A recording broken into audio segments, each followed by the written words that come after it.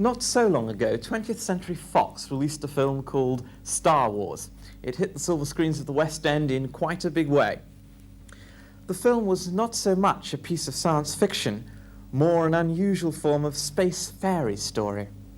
I'll support this by mentioning that the film opens with the words, "A long, long time ago in a galaxy far, far away." A sort of substitute, you might say, for the words, "once upon a time." Earlier this year, I talked to Mark Hamill, who, if nothing else, proved to me that modesty is not counted as one of his major virtues. I asked him to begin by explaining how Luke Skywalker gets involved in all the adventures he does. Well, he's sort of swept up unawares. There are small creatures on my planet that are called Jawas, and they're sort of scavengers of the desert, and when they discover robots that are not properly identified, they clean them up and sell them door to door android salesmen. And I purchased 2 robots that have hidden rebel tapes that, well, you know, see, even now, as I'm trying to explain the plot, it's only so much nonsense to hang a incredible visual experience, an audio experience. All right, but I mean, to get to set the scene, the character. Well, I inadvertently purchased robots that are very important to. There's a galactic civil war being raged in the galaxies between the baddies. We don't know why they're bad. They're just bad. And the goodies. And the robots contain information that could be very helpful to the goodies. And so basically this involves you because, of course, you set off on your adventures to to help the rebel Princess Leia. Sometimes they see spaceships and they say, well, it must be science fiction. And if instead of spaceships we were traveling in pumpkin coaches drawn by 6 white horses, everyone would see that every element in this film is, we have our big bad wolf, we have a fairy princess, we have a wizard, we have a callow innocent youth, we have a cynical space pirate. The elements are from, not just from fairy tales, but from comic books, from classic literature, Ivanhoe, Treasure Island, Wizard of Oz. And of course you are, in some ways, a very classic comic book hero because you're, as I said, the farm boy who turns hero, which is a very classic line. Yes. Tell me, who do you see in some of the main characters like Luke Skywalker? Who do you model him on? It's difficult to talk about this in retrospect because George's screenplay was very clear. I could see my function in the screenplay. Mind you, I might have preferred to be Han Solo. I mean, the John Wayne, hey, I've been all around this galaxy, buddy, you know. Han Solo's a mercenary space traveler. That's it. Helps you, and he has the same skepticism that the audience has. So in other words, the robots to me appealed to me more than my character, but I could see what George wanted from my character. You said once that George Lucas seems to impress his own character on Luke Skywalker. Yes. In fact, there's a distinct similarity in the names, which I noticed. I don't know if there's any significance in it. Luke Skywalker and George Lucas. Yeah. Well, I think what happened was his intention when he first thought of Star Wars was to make a movie that he wanted to see. You see, he opened up the newspaper, he's looking around at movies, and he thought, well, here's a movie about a returning Vietnam War veteran who finds his wife raped and his children slaughtered. So cut off the shotgun, and it's a real good hour and a half of vengeance, which is fine. I mean, there's got to be room for all kinds of films. But he kind of turned to Gary Kurtz, the producer, and said, you know, gee, wouldn't it be great if somebody made like a high adventure for children and made them a film that would engage their imagination, to make them want to see what lies beyond the horizon. They figured, well, if no one else is doing it in Hollywood, we should do it ourselves. Of course, it's not only you who, in some ways, are a fairy tale comic book strip character. Because, of course, there's Darth Vader, the Dark Lord of the Sith, who's actually dressed in black. Absolutely, evil personified. And Princess Leia, who looks, would you say perhaps she looks a bit like Snow White at one point? Well, the buns on the side of her head. Yes, she calls them furry headphones. As a matter of fact, in America, they said, was that your real hair or, you know, false hair? And she said, no, they weren't real. And they said, well, where are they now? I said, well, I left my buns in England. They said, well, really, what are they doing there? She said, I think repertory theater, and I think they had a guest shot on Are You Being Served? Back to what you said about George Lucas being... impressing his own character. Yes. I think what happened was he sat down at a typewriter, and since he was trying to make a movie that really appealed to him, he sort of imagined himself as the hero, and he thought, okay, now what would I like to do? I think I want to be the guy at the very end that flies the spaceship and becomes this hero, and He's living out his childhood fantasies. Sure. He put it all into what represents his character. Absolutely. In fact, probably what you wanted to do, because you were very interested in comic books as a child, weren't you? I find more and more parallels between the two of us. Not that I equate myself with someone who I think is a really brilliant, yes, imaginative person. But still, we have the similarities of a great love of gadgetry and toys and special effects. Can you tell me a bit about how you got involved in Star Wars? Because, of course, you've been involved in mainly television things before. In fact, this is your first major film, Yes. isn't it? Was it an open interview system? Yes. I mean, it was an open audition. Yes, absolutely.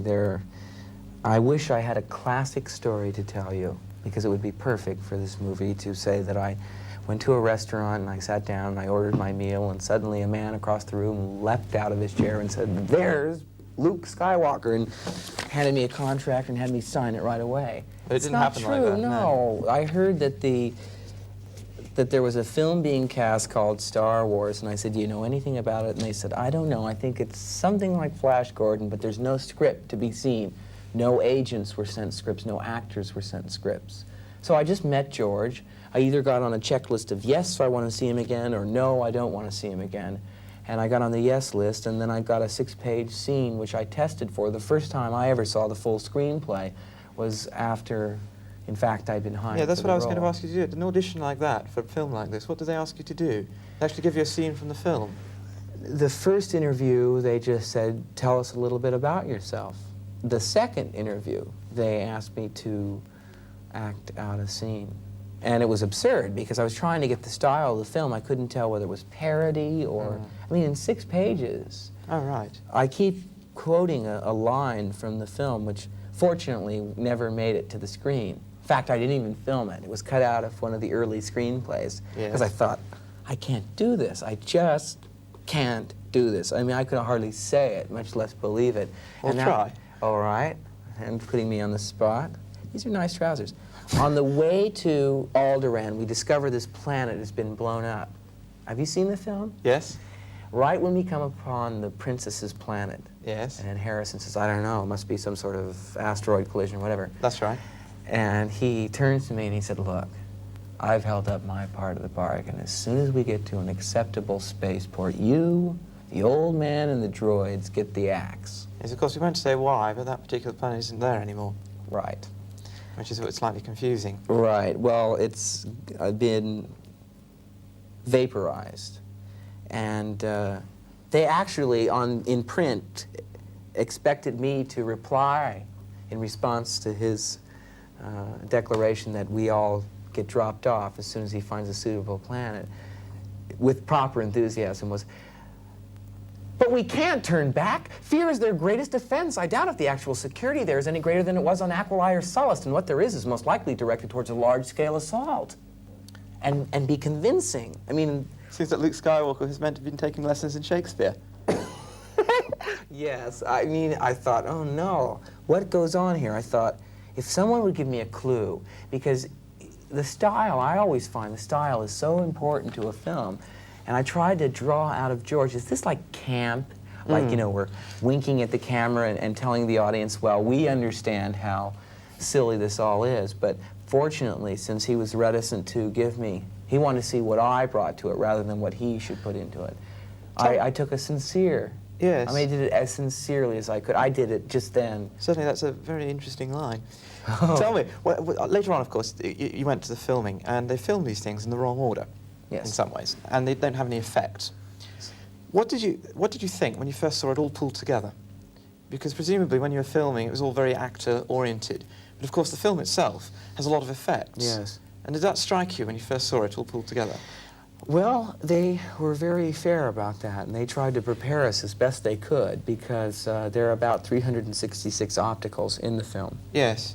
And before I even came to England to start shooting, they brought me out to where they did the special effects in California, except for the live action special effects, and that's a misnomer here that all the special effects were done in England, and that's certainly not to denigrate the artists here. Yeah, I want to Johnny talk about that Steers, later, John yeah. Barry, all those guys did an amazing job, but the miniatures that were done in Southern California. So I went over to Industrial Light and Magic, which was the firm that was doing the special effects, and they showed me all the spacecraft, you know, and they showed me storyboards, almost like a cartoon strip. It was basically preparing you, and Right, yeah. showing me the visualizations of what it was. They never expected us to look out onto a blank screen, and I mean, they always showed us what we were supposed to be looking at. Related to the special effects are a couple of criticisms, because the special effects, I must say myself, I found very stunning, really stunning. I think it's certainly the best I've seen. One critic said that regardless of when in time it's set, a fairy tale Star Wars may be, but the world is very definitely our own. But to create another world would require more imagination and not just an increase in technology. I think what he was referring to is the fact that in the effects you have laser guns that look very much like Second World War gun turrets. Which, in fact, they were. Ah, I didn't know that. And he was thinking this is incompatible with the civilization that's obviously as advanced as the people depicted in Star Wars. Well, Star Wars is set in the past, isn't it? It's just got to be a totally separate line of development. Well, Earth is never mentioned. Earth is, there's no relationship to Earth in time or space. It's never referred to. The opening credit says a long time ago in a galaxy far, far away. That's as close as they can come to saying once upon a time. That's right, yes. Gary Kurtz mentioned a very similar thing. But there are other criticisms as well on a similar line. Basically what they're saying is the film's inconsistent in terms of its treatment of technology and how it might develop, or even if separate. Well, here you have people trying to make order of something that is just so much nonsense. Yes, it's too much of a fairy tale. Some people say actually went too much to a fairy tale, that at points, for example, your name, Luke Skywalker. I mean, they're saying that Luke Skywalker as a name seems a bit too far. Well, I suggested Luke Smith, but for some reason George felt that they should give me a little flashier name. I don't know what the matter with him is. He's a crazy guy. Luke Skywalker. Well, I wish everyone could accept the film in the nature that it was intended.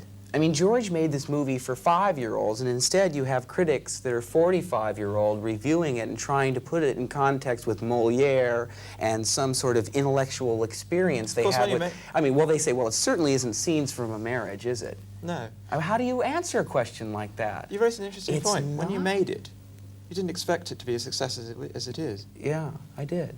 You did? Yes, I expected it to be a very successful film. I expected it, at the very least, to make $30 million. I thought it would be one of the top 10 films of this year. If you're saying, did I expect it to be this big? Of course not. No. I never dreamed it would be this big. Now that it's happened, of course you're a lot wealthier than you were. Will that change you? How do you know that? I read it in the Evening News. Really? I'm sorry, It's I'm a just quoting. wonderful paper. How rich am I, according to the Evening News? I wouldn't like to quote them because I wouldn't trust them Really? to that extent. Because if I'm rich enough, I just might take this whole crew out to dinner. Ah. No, you know what it is. Everyone is so interested in money. The whole thing is, I never got into this business for money. I went in, I could make 10 times the amount of money in television, because I was a television star, you see, in That's right. in America. And then George Lucas came along and said, okay, we're offering you this film part, and you're going to get 1/10 the amount you make in TV. Well, I would have paid him. So I made the film on a weekly salary, very modest salary. Big deal. Then a week before the film opens, he calls us up and says, hey, I want to give you a present. And I thought he was going to give us like a toy robot or something weird, because George is so crazy. And instead, he said, well, I'm going to give you a 1/4 point, which is nice. You say, well, that's great, because what he's saying, in effect, that's 1/4 of 1%, not a full percentage That's point. right. But if he was going to make that gesture, that's like a thank you. It's a vote of confidence. I mean, if we make money, then you'll make a small amount of money. So you've got 1/4%. That's not. That's only one facet of success in some ways. Another thing I wanted didn't to get ask you. into acting to make money. Oh no, but I mean, So it's one this is like facet of winning a success. lottery. It's like, boom, all of a sudden, okay, now you own this dumb truck of money. We're going to drive it up to your backyard and dump it over, and you go, The quote oh, was good. in the evening news actually that all your brothers are expecting you to buy them Mercedes for Christmas. Well, that is true, but you see, they thought that before I even did Star Wars. They thought, oh, if we see him on television, he must have a maid, a chauffeur, you know, Yes. because that's my family is not into filmmaking or Hollywood or anything else. They have this big dream that my next door neighbor on one side is Raquel Welch, on the other side it's Paul Newman. Do you find Hiya, you can walk down Raquel. the Hiya, streets? Paul. Do you find you can walk down the streets nowadays? I do very well here. Ah, but the film hasn't come out here yet, as we talk. It will by the time it's shown. But can you walk down the streets in the United States? I can if I want to spend 4 hours discussing Star Wars. And to tell you the truth, I'm sick of it. I'm not surprised, to be honest. Do you get a Well, lot of- I mean, you know, I don't mean to be I'm trying to be flippant with you, but actually, in actual fact, you know, you live, eat, breathe, and sleep Star Wars to the point where you go, ah! Scream. Yeah. So one night, I was just nodding off to sleep, and all of a sudden, it just occurred to me. I said, you know, this is the first day in about a year and a half that I've never even thought of Star Wars. Had you gone out of the house? No, it just occurred to me in my house. What I'm saying is just by thinking of it, I ruined the thought. I should have waited till the Right, next yes. morning. Do you get a lot of fan mail? Or don't they track you down that easily? No, it all either comes to the office or to me, and I read it all. It's, You read it all? Yeah. How much of it is there? Oh, about this much. It's all just, This high. it's all just Mark Hamill, aren't you great? And Well, a lot of times it's, Dear Luke, how can I build a lightsaber? Which is this or do force were you beam. scared when you were dragged under that slimy worm? Right. That's the best, you know, I mean, the best thing about this whole film has been the kids, because they think they know me now. And since my character in the film appeals to them, they feel very safe with me. They feel like, well, I could do that. I mean, he's Yes. not spectacularly talented, and that's the cleverness that this very simple kind It's of... a glorified Batman in some ways. Well, he's so naive, and he's so kind of, oh, golly, you know, I see what you mean. You know, that he's not like, well, do this and do that, and that's how we'll win. It's just that he's driven by his own sincerity. Can we talk briefly about the promotion of the film, actually? Because are you a fan of Star Trek? I know Star Trek's something different, but are you a fan of Star Trek? I mean, you're a I can't- sci-fi. Fan, yes, I Yeah. am, but what happened to me was that I went to Japan for about 2.5 years, so the entire time it was on in the United States I missed. Now it's on reruns. The first time I ever saw Star Trek was in England. Ah, well, what I was going to ask you I is, said, do you look at all think... these English actors dubbed with American accents. How weird. Yes, that's another thing I was going to talk about, but never mind. What I was going to ask you is, I wonder if the hole that's left by Star Trek, because there are an awful lot of Star Trek fans about the place, in England as well, and they haven't got anything furnishing them at the minute. Do you think Star Wars in some way fill that hole? I don't know, because what I've seen of Star Trek is, again, it's science fiction as a projection of what they think the future will be like based on science and technology as we know it. Right. Whereas Star Wars purposely divorces itself from that so they can do anything they want.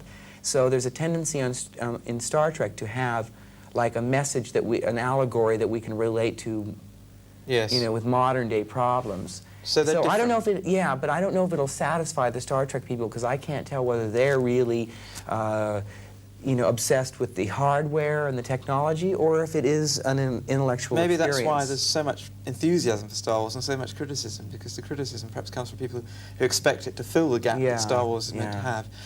Finally, can I ask you, is this the first time you've had to do a round of publicity interviews? I mean, not for in this England, scale, but Star sure, Wars, sure. yes. Yes. You must find it very exhausting to sort of come into studios like this and get told, there's a camera, sit down, Yeah. begin.